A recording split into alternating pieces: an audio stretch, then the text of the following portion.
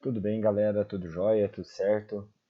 Meu nome é Matheus, sou professor de Geografia do Colégio São Francisco, né, Coque de Passos, e sou professor de Geografia. A gente teve alguns vídeos divulgados pelo colégio há um tempo atrás, falando sobre os principais assuntos abordados pelo Enem, tá?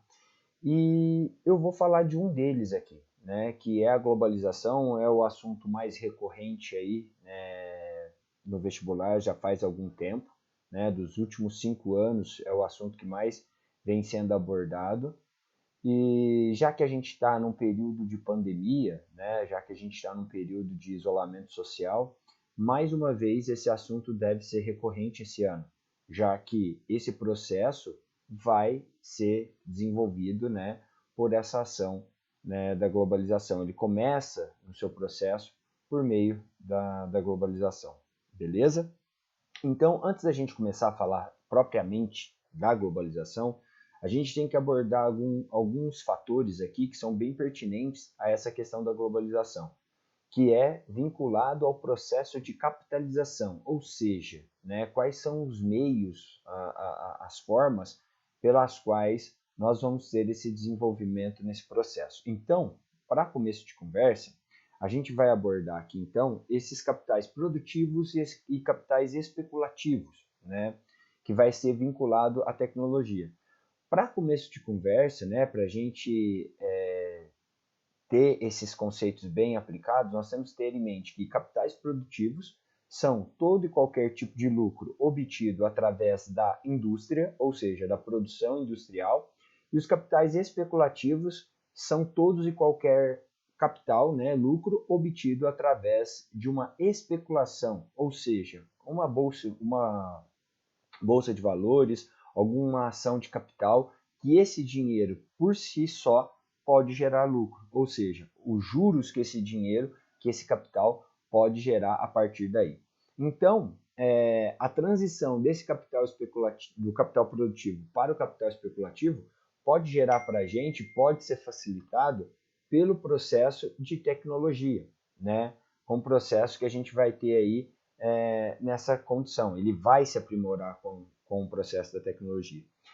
Bom, a gente vai ter esses processos, né, de grande medida, de grande evolução a partir da década de 70, onde a tecnologia se desenvolve de forma mais rápida, né, de forma mais eficiente aí. Então, quanto mais a tecnologia vai evoluindo, mais a gente vai ter essa transição, né? Mais esse capital vai se, é, digamos assim, espacializando, né, pelo território, né? Fazendo a sua expansão chegar em vários setores aí.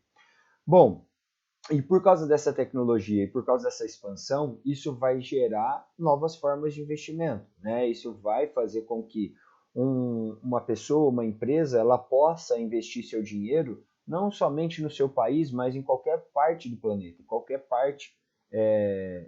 país do mundo.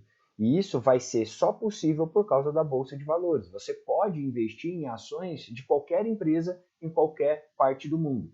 E isso já entra, né, nesse processo de globalização que a gente está falando. E com essa possibilidade, né, a gente vai ter uma maior segurança para o processo financeiro, né, uma maior velocidade do lucro, né, e, consequentemente, uma lucratividade cada vez maior. Porque pensa assim comigo, se esse sistema não oferece segurança, nenhuma pessoa que está lá aplicando o seu dinheiro, tentando uma lucratividade, vai se sentir confortável em fazer. Então ele tem que ter essa segurança, né? E isso os investimentos aumentam cada vez mais por causa desse processo da velocidade. Então, por exemplo, numa bolsa de valores, se um determinado dia a ação que uma pessoa tem lá, ela está tendo lucro, ele continua no processo de investimento. Mas, por qualquer motivo do mercado, essa ação vai cair, ele pode vender essa ação, pode buscar outras formas de investimento. Isso é o que a gente chama aí da velocidade nesse processo de lucro, né? Nesse processo de desenvolvimento de lucro com essa pessoa ou que essa empresa possa ter aí nesse desenvolvimento. Beleza? Então, o que acontece?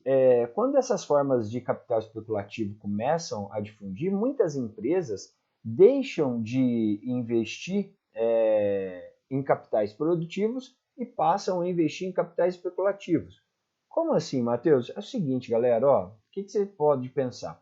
Se uma empresa, quando ela busca maior quantidade de lucro, ela pensa da seguinte maneira: eu vou ampliar a minha produção, eu vou ampliar a minha industrialização para eu aumentar a produção e com esse aumento de produção eu ganhar mais lucro, né?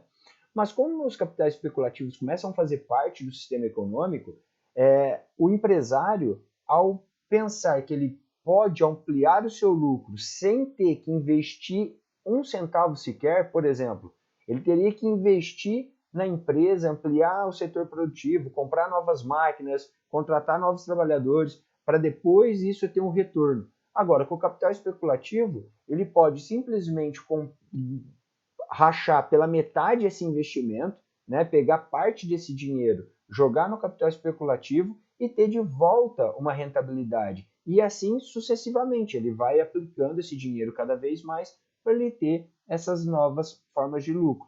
Um lucro mais rápido, né, e com segurança, graças à tecnologia. Bom, eu trouxe essa imagem aqui só para a gente ter uma ideia, né? Isso aqui, ó, o capital produtivo, uma fábrica, a produção sendo desenvolvida nesses setores. E aqui é a imagem de uma bolsa de valores. Embora, gente, eu falei da tecnologia, isso aqui era um princípio, né? Um princípio, um cenário de bolsa de valores. Mas hoje em dia, por causa da tecnologia, né, que é a internet, precisamente, até nós estamos tendo aulas dessa forma, né? Estamos fazendo aula dessa forma. Nós não temos mais um saguão de uma bolsa de valores com essa quantidade de pessoas. Esse número é muito reduzido hoje em dia. Por quê? Porque hoje, por meio do celular, você consegue fazer todas as ações e todas as questões por meio do aparelho. Você não precisa estar necessariamente na bolsa para poder comprar ações ou vender ações. Então, isso é uma configuração que a comodidade que a tecnologia oferece para a gente pode possibilitar hoje em dia. Então, você tem mais uma tranquilidade aí, tá? Bom, o aumento, então, desse capital especulativo, né, se deu por causa da Bolsa de Valores, a internet vai propiciar esse desenvolvimento. O lucro dessas ações num curto prazo, né, você tem uma rentabilidade num prazo bem pequeno e uma rapidez muito interessante, né, que a gente fala que é um capital volátil, né? Ou seja, igual eu disse, se uma ação não estiver dando lucro hoje, eu posso transferir esse capital para outras ações e eu continuar lucrando. Então eu vou tendo essa capacidade de ter de rapidez nos negócios, né? De você tirar de um lugar e colocar em outro, né? Bom, qual que é o problema de você tirar recursos daqui, né, do setor produtivo e gerar no setor especulativo? Qual que é o primeiro impacto que a gente pode ter aí? Primeira coisa, se eu vou deixar de ampliar a minha empresa, se eu vou deixar de ter maior produção, automaticamente eu estou deixando de contratar pessoas, né? Então seriam possíveis empregos que poderiam ser gerados a partir dessa ampliação da produção que eu estou aplicando no capital especulativo. Então, de certa maneira, gera um certo desemprego, porque você poderia gerar mais empregos com a sua indústria e você não está fazendo isso porque você simplesmente está aplicando na Bolsa de Valores. Então, tem esse problema aí, né?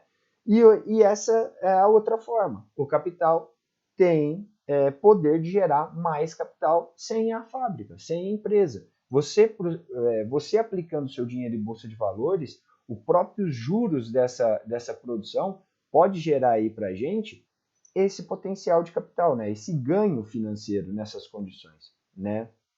A informática, a internet é a grande propulsora desse sistema, né? Que vai fazer essas transações acontecerem em todos os lugares do mundo, né?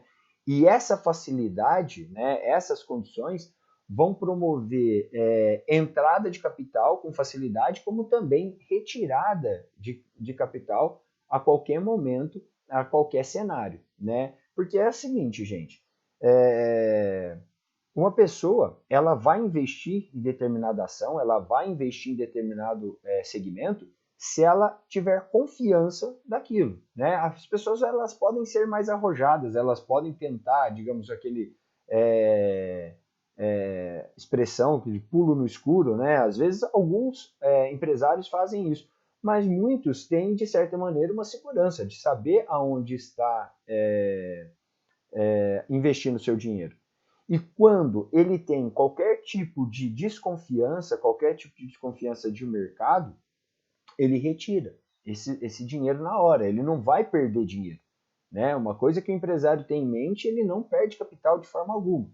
E aí, quando essa manobra, quando isso acontece em grande parte, com várias indústrias, uma retirada muito grande de dinheiro, os países subdesenvolvidos são os que são mais afetados com esse processo. Né? Porque eles dependem do investimento do capital estrangeiro.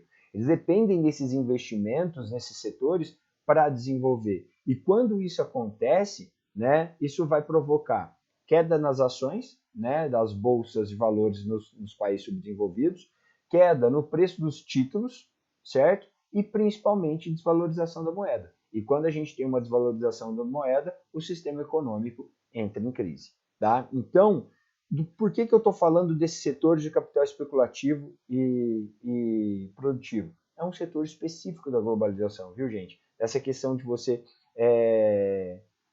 aplicar dinheiro, retirar dinheiro, gerar crise econômica, e é um dos fatores do sistema global aí, tá?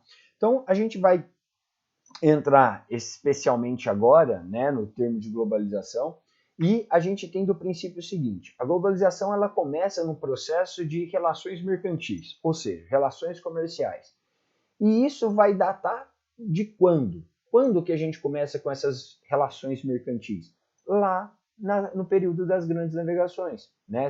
Final do século XIV, início do século XV, né? Quando nós temos os países europeus se lançando ao mar buscando novas ações de vendas, né? Ações de mercadorias no mundo. Por exemplo, vamos pegar a realidade dos portugueses, que é a ideia do Brasil.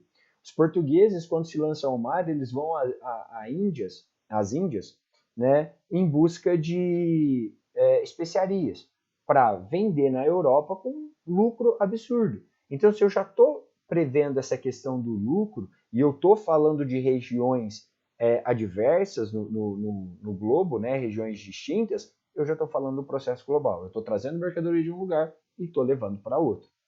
Né? E a partir daí, essa circulação de mercadorias vão atingir vários pontos do planeta, que aí a gente já vai chamar de uma sociedade em rede, né? De uma forma em que eu tenho circulação de produtos, conhecimento de culturas, línguas e outros setores aí nesse processo. Então, da mesma forma que nós temos aí mercadoria circulando no mundo todo, nós também vamos ter outras coisas que vão ser reconhecidas no mundo todo. Né? Então a gente pode falar que, além da mercadoria, algumas ações da globalização são, por exemplo, conhecimento sobre o processo democrático. Se a gente pensar que lá no período das grandes navegações nós tínhamos monarquias, né? E conforme nós vamos ter o conhecimento de processos democráticos no mundo, isso vai tomando proporções maiores. Vamos destacar aqui, por exemplo, a Primavera Árabe, né? Quando começa a ter as ações de conhecimento de processos democráticos dentro de governos ditatoriais, né? Quando esses processos se iniciam, a gente vai ter aí, então, reivindicações, manifestações, às vezes violenta, às vezes não, em vários países em busca desse processo democrático, né? Em busca desse processo de democracia, que não aguentavam mais ficar sobre a ótica de um ditador, tá? Então, esses processos vão acontecendo aí ao redor do mundo, né? Os direitos humanos vai ser da mesma forma. Então, a gente tem a seguinte premissa, né? Que é o seguinte: da mesma forma que as mercadorias vão tomando proporções de globalização, a justiça, a democracia e os direitos básicos do ser humano também. Então, a gente vai ter essas ações sendo proporcionadas em vários setores, né, do mundo e tendo essas ações espacializadas no mundo todo. Perfeito? Bom, e como nós tivemos então essas formas de evolução? Começamos aí na expansão marítima comercial que eu falei para vocês. Nós vamos chegar com os avanços tecnológicos por meio da internet, né, que vai, digamos assim, ampliar de forma absurda esses processos de ação. E aí, quando a gente chega também no processo de evolução técnico-científica, né, na terceira evolução industrial. O que é isso? É quando eu tenho boa parte da espacialização das transnacionais do mundo, ou seja, empresas vão se distribuir em toda parte do globo em busca de melhores oportunidades de lucro, ou seja, essas empresas, quando elas se dirigem a países subdesenvolvidos ou emergentes, na maior parte das vezes, eles vão buscar alguns fatores que são benéficos a eles. Por exemplo, mão de obra barata,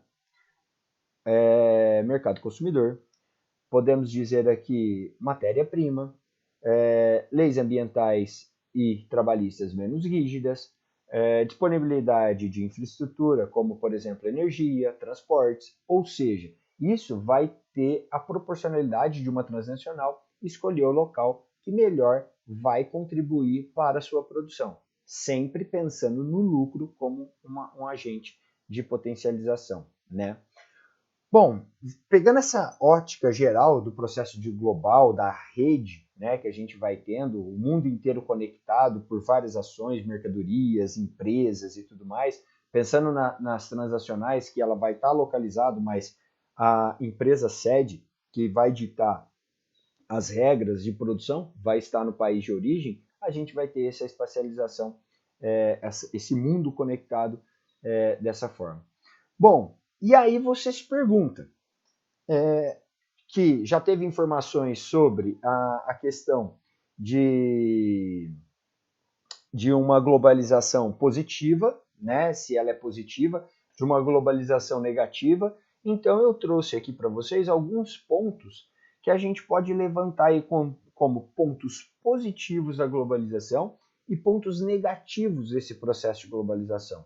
E ao final desse processo, gente, a gente vai ver o que é mais favorável. Eu vou ter um processo melhor, né, um processo mais positivo ou mais negativo sobre essa ação da globalização.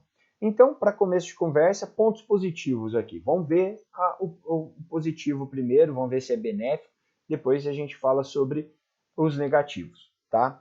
Bom, positivo, independência dos países, certo? Da mesma forma que eu falei para vocês que as ideias lá para retirada de monarquias e democratização dos países aconteciam, a independência é o mesmo ponto. Nós tínhamos um momento depois da expansão marítima comercial, o surgimento de várias colônias no mundo. Então, os países se tornarem independentes, né, um pós o outro, com esse processo de reconhecimento, é interessante, né? Então, é um ponto positivo. Promover maior circulação de produtos, mercadorias no mundo, né? Isso vai gerar lucratividade nos países, isso vai gerar maior forma de emprego, então você tem um ponto benéfico, né? Uma comercialização maior. Evolução dos meios tecnológicos, né? De maior difusão de conhecimento. Isso aí é muito bom também, né? Uma tecnologia desenvolvida em determinado país que pode chegar a outro e melhorar a vida das pessoas ou um sistema produtivo é interessante. E também a questão de conhecimento, né? Você desenvolve uma tecnologia nova, uma pesquisa nova, o momento que a gente está vivendo, uma vacina nova, isso pode chegar a vários lugares do mundo, né? Esse desenvolvimento é palpável, podemos dizer assim, a vários locais, tá? Bom, combate às epidemias é o que a gente está vendo, ou pandemias, né? Formas de como conter essas doenças é um ponto interessante, né? No processo global. Nós temos aí debates multilaterais, né, com líderes de vários países, com culturas diferentes, com propostas diferentes, a discussão, né, a conversa é uma ação benéfica, né, quando a gente fala em discursos e debates, é uma coisa que vem agregar você conhecer ações diferentes no mundo. A utilização da internet como fonte de comunicação, numa velocidade muito mais rápida, né? A gente vê hoje que a internet ela tem um processo não só de todas as formas de informação, como a troca de mensagens, as ligações vídeo-áudio, via vídeo. Então, você tem essa condição bem aplicada aqui. Criação de novos empregos, já que você tem uma comercialização maior, então, pensando assim que, teoricamente, essas empresas podem gerar maior produção, por causa da venda ser maior, você pode gerar mais emprego para essas pessoas aí, né? E crescimento econômico dos países emergentes, já que são os países que vão receber algumas transacionais, aumentando produção, aumentando emprego e gerando renda. Feito?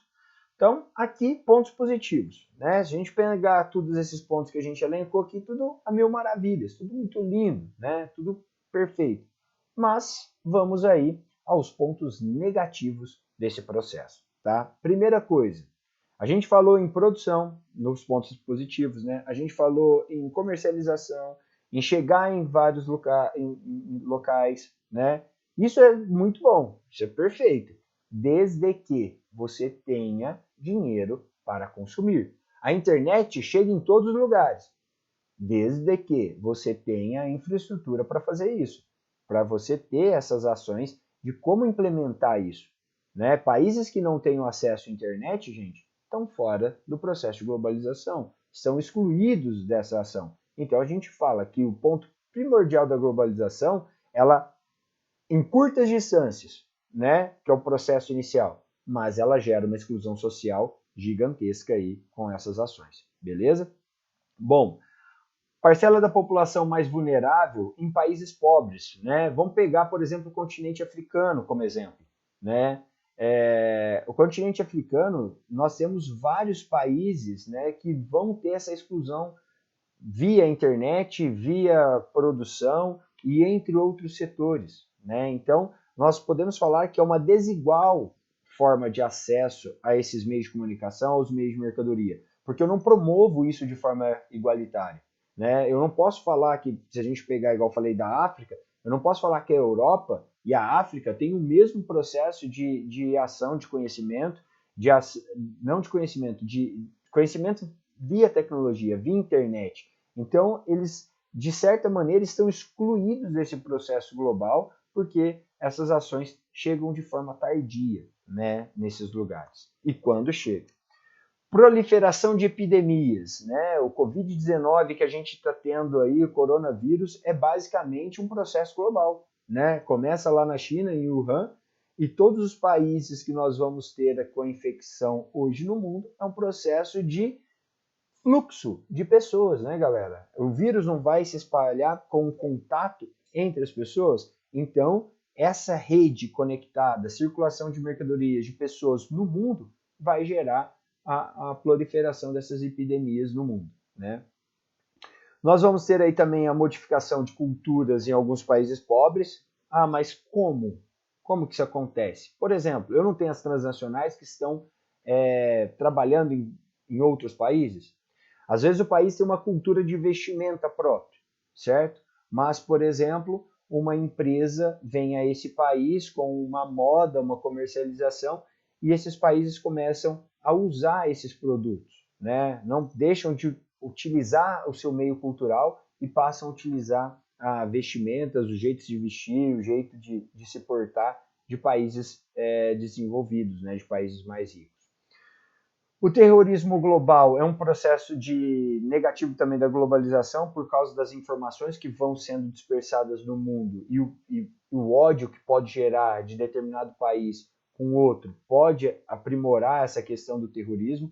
Pegando o exemplo lá da revista Charlie Hebdo na França, né, que lança um cartoon, uma sátira ofensiva, né, pesada sobre a religião islâmica, e você tem a ação terrorista dentro da França para assassinar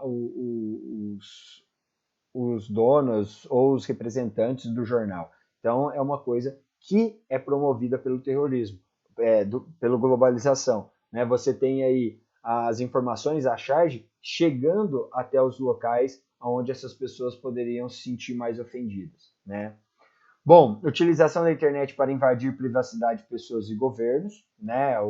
Questão de hackers aí, roubo de dados de empresas, roubos de ações de governo. Então você tem hoje a internet, como ela te dá o acesso, ela também te dá outras informações. Então nós temos aí esses hackers que vão se utilizar desses segmentos para promover isso. E de forma integrada, uma guerra cibernética, né? Você pegar e roubar os dados e usar desses dados para coagir qualquer tipo de país é o que a gente chama de cyberguerra e de ações confidenciais, tá? Crises econômicas crescem rapidamente no mundo, né, galera? Vamos pegar, por exemplo, a crise de 2008 nos Estados Unidos, que chegou na Europa em 2010, 2011, né, e arrebentou com Portugal, Espanha, Grécia e entre outros países aí que ficaram bastante afetados. Então, essas crises podem acontecer isoladamente num país, mas dependendo do processo que ela se torna global, ela atinge o mundo todo. Então, é um problema de processo global, né?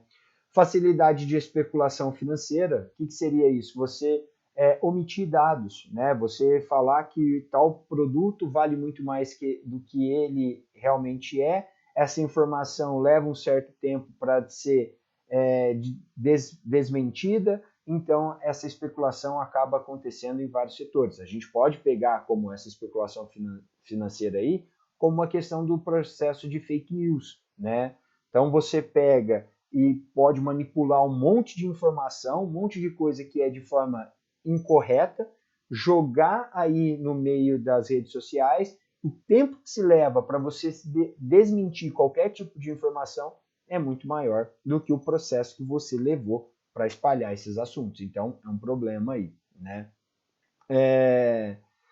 Facilidade aí de transferência de empresas, né? Empregos para outros países, né? As transnacionais aí, né? Que podem chegar a determinado país e provocar a falência de uma empresa nacional, né?